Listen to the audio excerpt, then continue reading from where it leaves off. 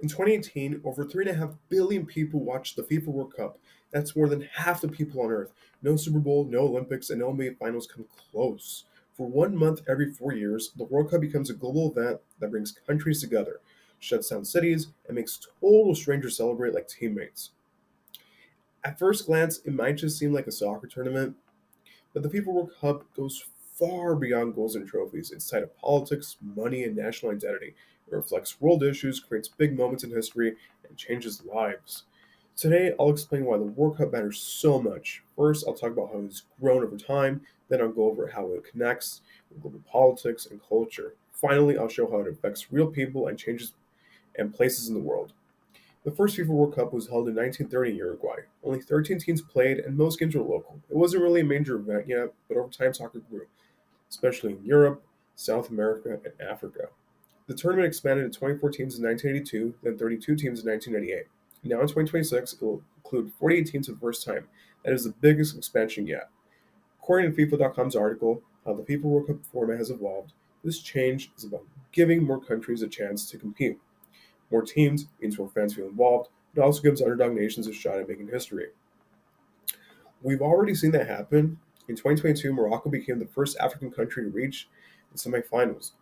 In past tournaments, countries like South Korea and Croatia made deep runs that shocked the entire world. These teams prove that talent isn't limited to just a few places. The format of the tournament has changed too. In 2026, there will be 12 groups instead of 8, meaning more games and more excitement. What started as a small event is now one of the biggest sports shows on earth.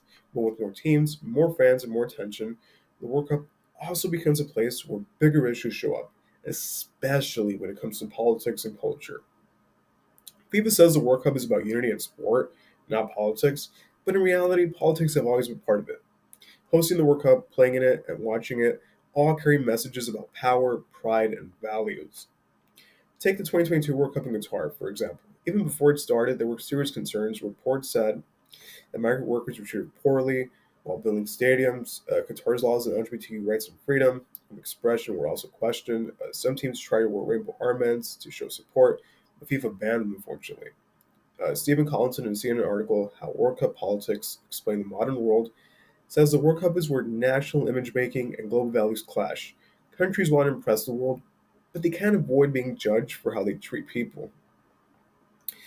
This has happened before. In 2014, Brazil saw major protests over spending billions on stadiums while many citizens lived in abject poverty. In 1978, Argentina used the tournament to hide a military dictatorship. In 2018, political tensions affected games between certain countries. It got to that point.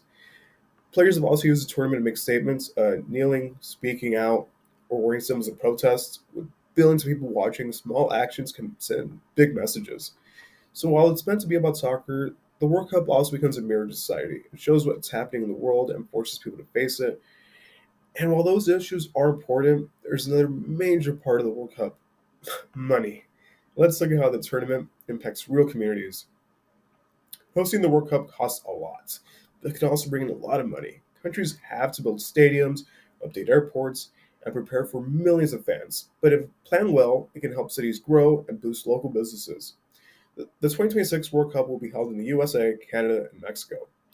According to Fox Business, in an article by Grady Trimble called World Cup 2026 Expected to Bring Economic Boosts to American Host Cities, the event could bring up to $5 billion dollars in economic growth. U.S. cities hosting games could each earn between $90 million dollars and $480 million dollars. That money comes from tourists spending on hotels, food, transportation, and entertainment.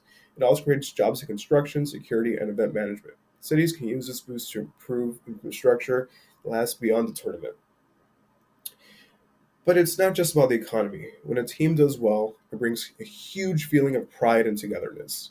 In 2002, when South Korea reached semifinals, millions filled the streets in South Korea in celebration. In 2022, Morocco's runs inspired fans across Africa and the Arab world.